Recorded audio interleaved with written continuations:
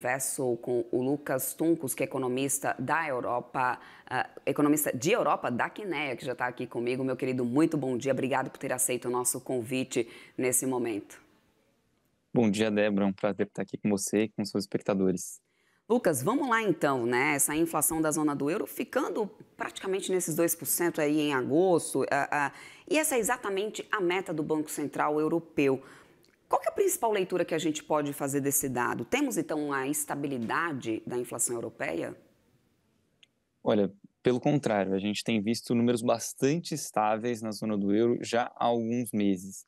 Claro, alguns números um pouco mais salgados, alguns números um pouco mais suaves, mas de forma geral números estáveis ao redor da meta, o que tem justificado uma posição do Banco Central mais neutra, né? Então, de fato, a gente tem visto mais estabilidade. Quanto que isso pode afetar no discurso de cautela do Banco Central Europeu? Eu te pergunto isso para entender se esse resultado pode fortalecer nesse momento uma ideia de que o ciclo de juros por lá já chegou realmente ao fim, se ainda há espaço para mais ajustes, porque assim, diante de uma guerra tarifária, a gente tem ainda muita incerteza, muita instabilidade, né, no cenário, tanto no curto como no médio prazo.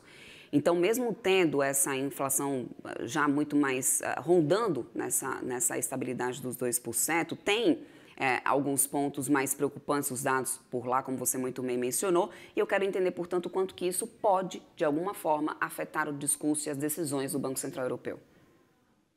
Olha, o dado de hoje ele não deveria afetar tanto as decisões para frente, tá? Porque, de certa forma, é um dado ainda olhando um pouco para o passado, tá? Ele ainda traz uma deflação, uma desinflação associada aos elementos de energia e particularmente parte de bens, tá? É, mas a gente ainda não vê nos números de inflação um efeito mais consistente da guerra tarifária. Tá? A guerra tarifária, evidentemente, traz incertezas para essa inflação, mas não tanto quanto para os Estados Unidos, por exemplo, em que você tem o foco das tarifas. Tá? Pelo contrário, na zona do euro, a gente até tem algumas retiradas de tarifas de outros países que a União Europeia tem feito acordos recentemente, e até uma certa retirada de tarifas dos Estados Unidos também, tá? Então, até de certa forma, o horizonte ele pode ser até um pouco mais benigno, se a gente olhar para os próximos 3 a 4 meses, tá? Mas, de certa forma, o dado de hoje, ele afeta pouco a decisão de política monetária do Banco Central, tá? Ela não deve nem fazer os membros do Banco Central mudarem o discurso para ficarem um pouco mais duros, também não deve mudar para que eles comecem a ver o cenário de inflação com muito mais otimismo. Agora, Lucas, olhando um pouco mais detalhadamente, né, esse dado, principalmente a questão da inflação subjacente, especialmente de serviços e salários, né, o Banco Central Europeu acompanha isso bem de perto para poder medir pressões mais persistentes e a gente tem ainda a parte de serviços por lá, pelo que a gente acabou de ver aqui, sendo um dos fatores mais preocupantes, né, nessa questão de... Não muito diferente, aliás, do que a gente tem acompanhado nos dados de inflação aqui, né, do Brasil, né? Então, como que você avalia esse comportamento dessa inflação subjacente, desse dado que acaba de ser divulgado?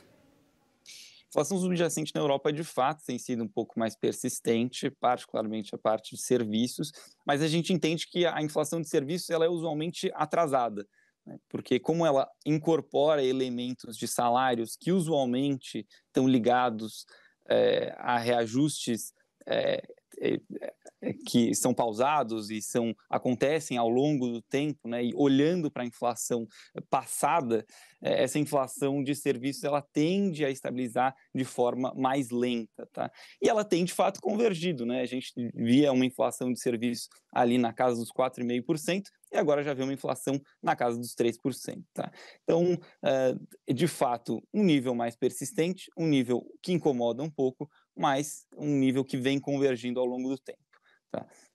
A inflação do núcleo da zona do euro como um todo já vem rondando perto dos 2% também, então, de alguma forma, equilibrados com os outros bens do núcleo, a gente vê uma inflação razoavelmente benigna. Tá? Uhum.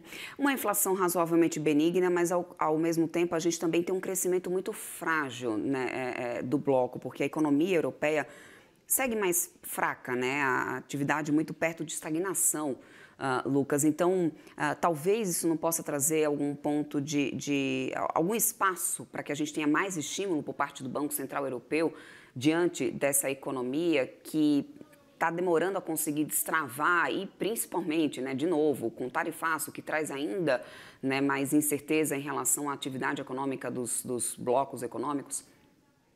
Sem dúvida. Até foi mencionado hoje pelo discurso de um dos membros do Banco Central, o Escriva, de que o balanço de atividade ele é até levemente negativo.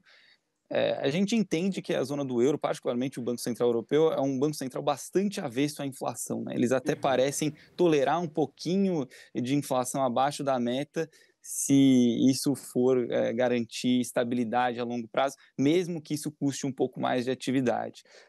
Mas certamente os membros do Banco Central Europeu, os líderes dos bancos centrais nacionais estão preocupados, estão mencionando isso nos seus discursos. Isso, evidentemente, pode trazer algum tipo de mudança, até no sentido de mais estímulo para frente. E aí, Lucas, enquanto a gente tem a zona do euro, né, rondando aí o alvo de inflação aí do núcleo cheio, né, do dado cheio, a gente tem o Fed iniciando cortes, muito provavelmente, nessa super quarta lá nos Estados Unidos. Essa diferença de time pode acabar mexendo, talvez, com o câmbio euro-dólar, influenciando o comércio europeu de alguma forma? A gente entende que a política norte-americana ela vai ficar mais suave, enquanto a política europeia deve ficar mais estável, né? Isso, de certa forma, poderia até jogar o euro para cima, tá? Mas boa parte desse alívio que a gente deve ver nos Estados Unidos ele já está precificado, tá? Então, a gente acha que essas mudanças que a gente vai observar nos próximos meses, elas dificilmente vão ser responsáveis por uma mudança muito relevante no câmbio. Tá? É claro que fatos inesperados podem acontecer e podem ainda fazer esse câmbio até o europeu até apreciar um pouco mais, mas também pode eventualmente depreciar. Mas a gente não acredita que o que já está precificado deve mexer muito no câmbio europeu, o câmbio entre Estados Unidos e Europa. Perfeito, Lucas. Quero muito agradecer teu tempo, tua participação aqui conosco. Esse foi o Lucas Tuncos, aqui, economista de Europa, da Quineia. Bem-vindo sempre por aqui, meu querido. Até uma próxima. Eu que agradeço. Um prazer, Débora. Tchau, tchau. Até mais.